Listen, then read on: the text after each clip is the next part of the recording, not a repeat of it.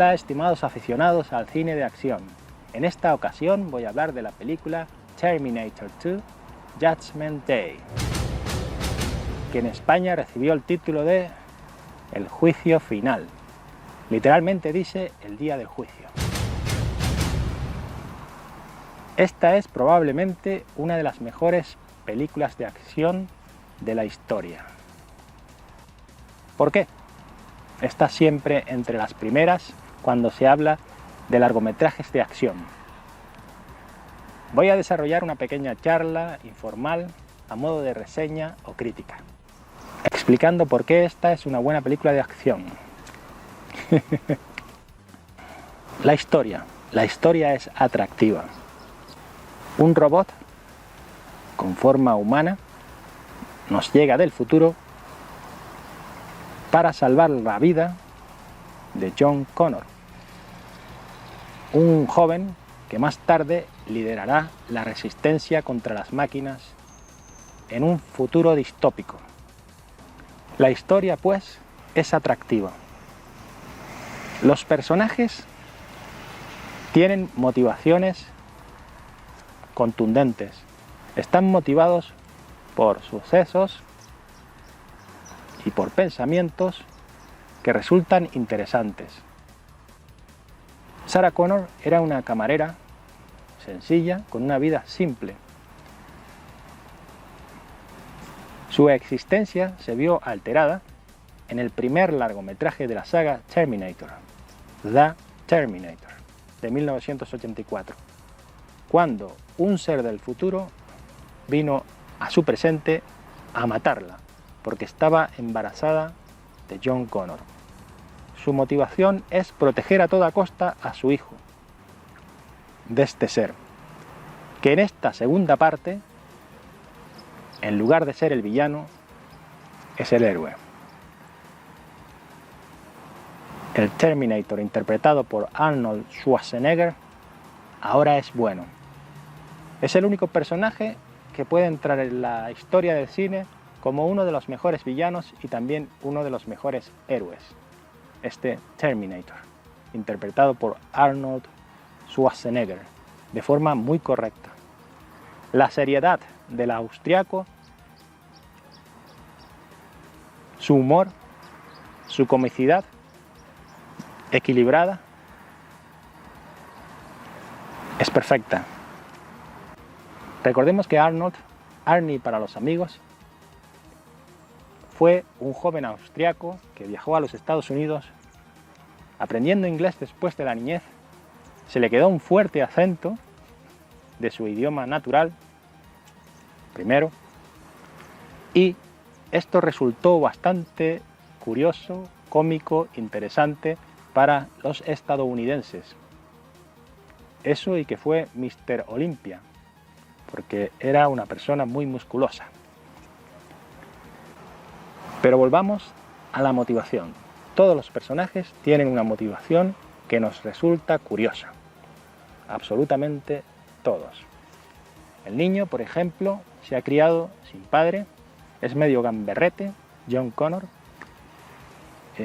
pero tiene por naturaleza una especie de ética. Él, en su relación con el Terminator, en esa figura paterna que puede existir, siembra una amistad con el Terminator, pero también hay una relación padre-hijo, en la que el niño a veces hace de padre, porque le dice, oye, no mates, no vayas matando por ahí, para de matar. Y el Terminator le dice, ¿por qué? Porque es una máquina y no comprende, ya que está programado para hacerlo, para matar, para defenderlo a él. John Connor del futuro lo envió a él para protegerlo en el pasado. Aquí se hacen unas paradojas temporales de dimensiones astronómicas. Por ejemplo, cuando el padre de John Connor en la primera película viene del futuro al presente, en la película de 1984, y deja embarazada a Sarah Connor de su hijo, en realidad el verdadero padre de John Connor era otro, porque si viene un tipo del futuro a tener que hacerlo, ¿cómo existía él en ese futuro? antes de que viniera su padre. Es como si ese padre en realidad hubiera sido otro anteriormente. Se crean unas paradojas increíbles, de dolor de cabeza. Pero eso es lo interesante de la cinta, eso y toda la acción que tiene. Volvamos a por qué este es un gran largometraje de acción. Joder, porque tiene acción a raudales. Hay vehículos de gran tamaño colisionando. Por cierto, recuerdo que James Cameron, el director de la cinta, fue camionero en su juventud. Él abandonó los estudios, él iba a la universidad, primero estudió física, luego literatura inglesa y lo abandonó para estudiar cinematografía por su cuenta, de forma autodidacta y estudiando por las noches y las tardes todo lo referente a cómo se filma una película. Eso y ver 2001 Odisea del Espacio creó en James Cameron, el director de la cinta, un gran interés por desarrollar su carrera de cara al cine, a los efectos especiales, a la técnica cinematográfica. Más tarde él ha dicho en varias entrevistas que vio Star Wars, la Guerra de las Galaxias, la llamaron en España, y aquello fue un impulso tremendo para que él dijera: yo quiero trabajar en esto. Es un tipo que se involucra en todos los aspectos del rodaje, en todos. Es un buen director de actores, les da instrucciones precisas que llevan a buen fin la toma que está realizando. Por lo tanto, este filme contiene un buen director, con un estupendo equipo técnico detrás. El filme recibió varios premios Oscar, todos ellos en el aspecto técnico, sonido, edición de sonido, efectos especiales.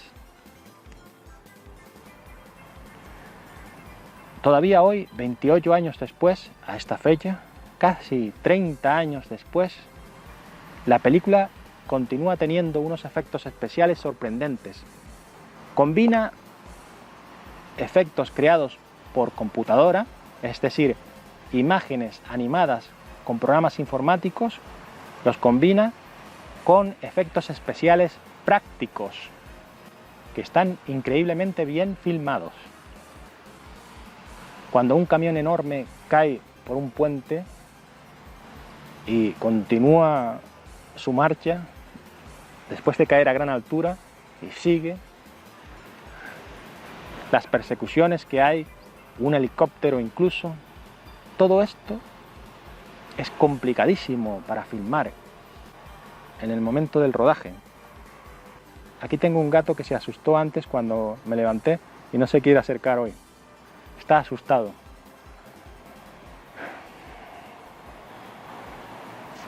La música, por ejemplo, es especial también y tiene algo de nostalgia para los que vimos la cinta en el cine hace tantos años. Yo era un chaval cuando la vi. Fui al cine de la capital porque en el cine del pueblo tardaría 1 o 2 años en venir porque era más cara. Fui al cine de la capital a verla y me asombraron bastante los efectos especiales y la historia en general. Era muy innovadora para la fecha. No habíamos visto esos efectos, por ejemplo, el metal líquido que constituye la forma del villano, un tipo serio, que según un crítico estadounidense tiene cara de camarero cabreado. El tipo se puede transformar en casi cualquier cosa que tenga su tamaño. Y aquellos efectos especiales nos dejaron boquiabiertos a la mayoría. Recuerden que en 1991 teníamos la Super Nintendo de 16 bits, con aquellos gráficos pixelados, y teníamos ordenadores clónicos 486, todavía faltaban 2 años para que llegaran los Pentium, que tampoco eran gran cosa si los comparas con lo que hay hoy en día. Yo tenía un ordenador en 1995 que tenía 4 megas de RAM. 4 megas. Los amplié a 32 gastándome una fortuna y aquello seguía siendo igual de lento. Yo me preguntaba cómo en Hollywood podían hacer esas animaciones por ordenador, y la verdad es que ellos lógicamente tenían ordenadores muy potentes y luego podían trabajar con las imágenes a distinta velocidad para hacer que todo fuera más fluido. Pero siempre me resultó curioso que en 1982, por ejemplo, en la película Tron, hicieran aquellas animaciones con los ordenadores que había en la época. Más tarde descubrí que muchas de esas animaciones eran dibujadas en Tron. Eran dibujos mezclados con otros efectos creados por programas informáticos. ¿Por qué Terminator 2 continúa siendo una de las mejores películas de acción de la historia? Guión, motivaciones de los personajes, música, edición, sonido, efectos especiales, actores. Linda Hamilton, por ejemplo, cambia totalmente de registro. Aquí se entrenó durante horas diarias y meses en el uso de armas, disparar distintas armas, para que luego en la escena viéramos que parece una persona habituada a disparar armas. Todos los días, a diario, disparando pistolas, escopetas, en un centro de entrenamiento. Así se le quedó un cuerpo robusto a la mujer, que es pequeñita, pero cuidado con ella, que tiene malas pulgas. Ahora está internada en un centro psiquiátrico, donde la maltratan todos los días. Crean unos personajes esta película para que tú los odies. Ponen ahí a unos cuidadores en un centro psiquiátrico que son muy malos, la tratan al trancazo, golpeándola para que trague medicinas, y al doctor psiquiatra, que más que un psiquiatra parece un asno, un ceporro, más bruto que un arado, que no comprende la enfermedad de la paciente ni hace el mínimo esfuerzo por entenderla. La reducen a la nada, a la pobre, y uno está deseando que aparezca el Terminator ya y se los cargue a todos. El malo o el bueno, que uno de los dos se cargue a todos esos asquerosos repugnantes. Me dio rabia porque al médico, al doctor, no le dan su merecido. No lo acarician con una bala o con algún objeto afilado.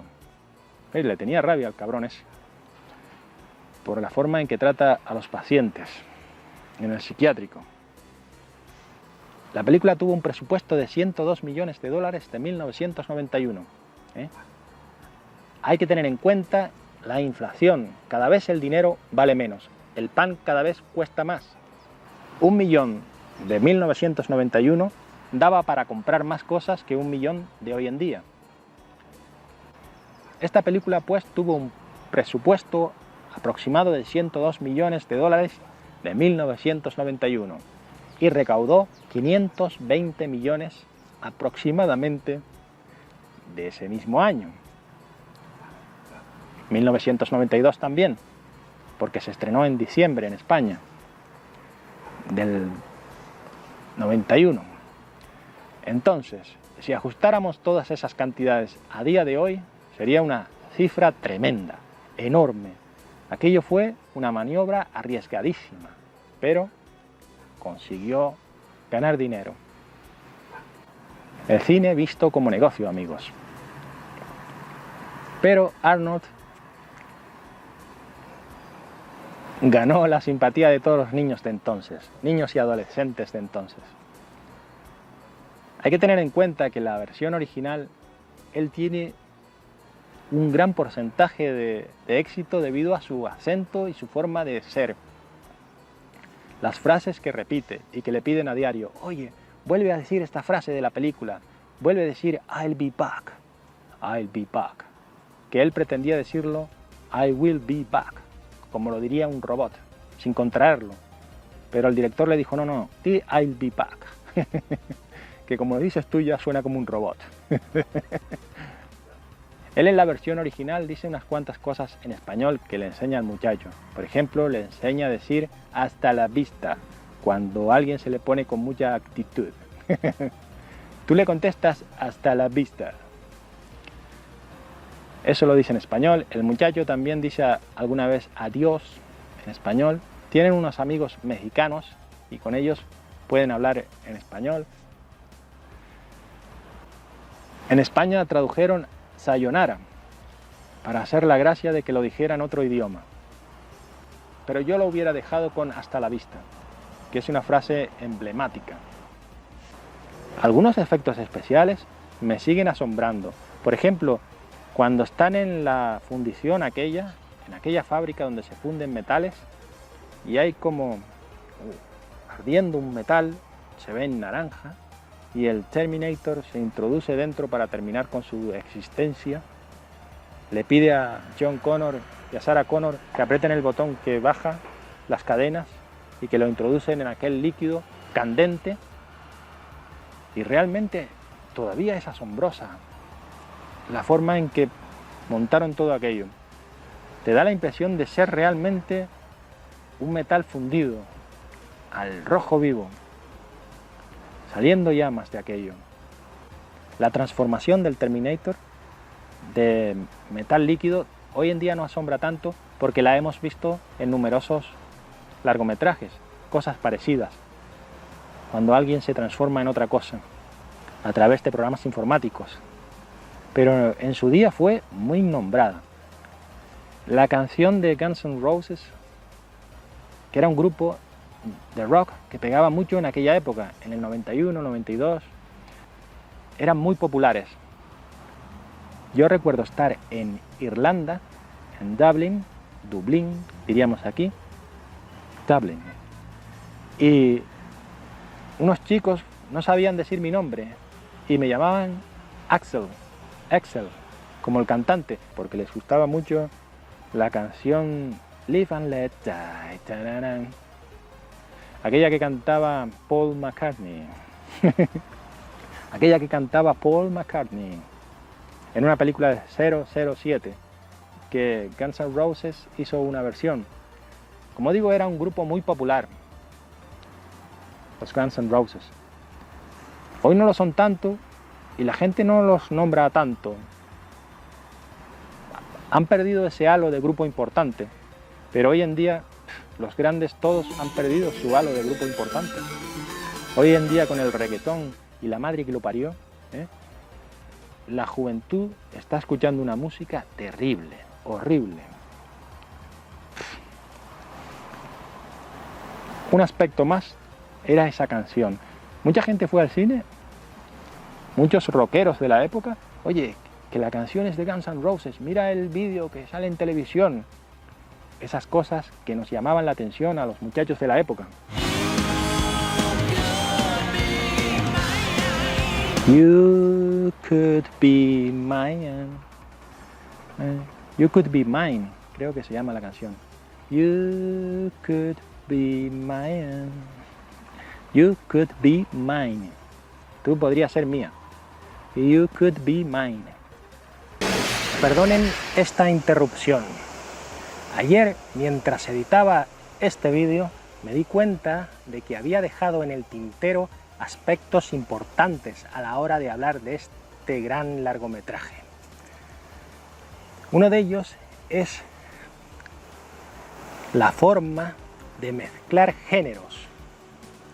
Acción y ciencia ficción se mezclan de forma ejemplar en Terminator 2, T2, dicen en inglés. Otro elemento crucial a la hora de determinar por qué este es un excelente largometraje es analizar su narrativa visual. Cómo crear angustia en el espectador a través del uso de la cámara lenta. En dos pasillos, dos escenas distintas. En una de ellas aparece Arnold como Terminator con una caja con rosas rojas y una arma escondida en el interior. John Connor lo ve y se asusta porque todavía no sabe que ha venido a salvarle. Y el director echa mano de la cámara lenta cuando el muchacho intenta escapar como en una pesadilla en la que no nos podemos mover con rapidez. Aparece el malo, el villano de la película, también en cámara lenta. Y aquello nos acojona terriblemente. En la otra escena, también en un pasillo, en el interior de un hospital psiquiátrico, aparece Sarah Connor, que resbala en el suelo a cámara lenta. El espectador siente una angustia tremenda y esta es una escena ejemplar en el uso de la narrativa visual para crear congoja en el espectador. La cámara lenta en una escena de acción, compañeros. El actor Edward Furlong en su juventud destacó como un buen intérprete, especialmente en dramas como American History. Es una lástima que luego cayera en la adicción a las drogas. Se enredó con el cable. Robert Patrick hizo el papel de su vida, todos lo sabemos. Sobrio, sin sentimientos, como un robot. Y ahora les dejo con mi yo de ayer. He venido desde el futuro para ampliar un poco esta crítica.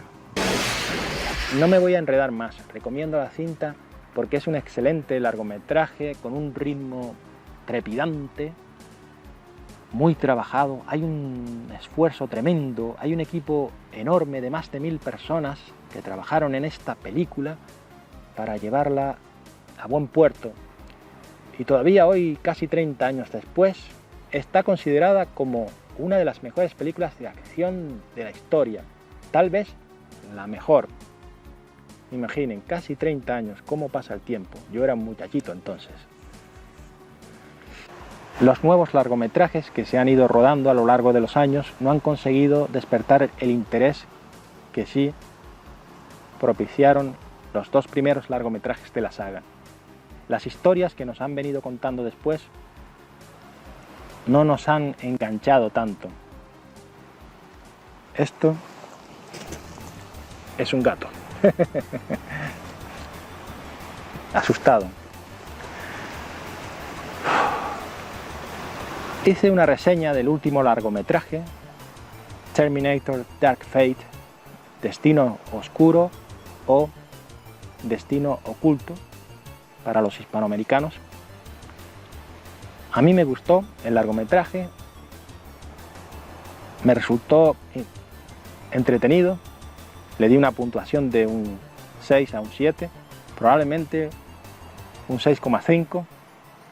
No es una mala cinta, no resulta novedosa, no aporta algo realmente nuevo, pero es una buena historia de Terminator porque incluye todos los elementos de las películas de Terminator. Persecuciones trepidantes, luchas sin fin, enemigos imparables, armas disparando, colisiones de vehículos de gran tamaño, todos esos elementos que el aficionado busca en una película de Terminator. Me despido hasta el programa que viene, si es que hay un programa que viene. Que tengan ustedes un día agradable. Le tenía rabia al cabrón ese, por la forma en que trata a sus pacientes. Pitufaré, pitufarás, pitufarás, pitufaré.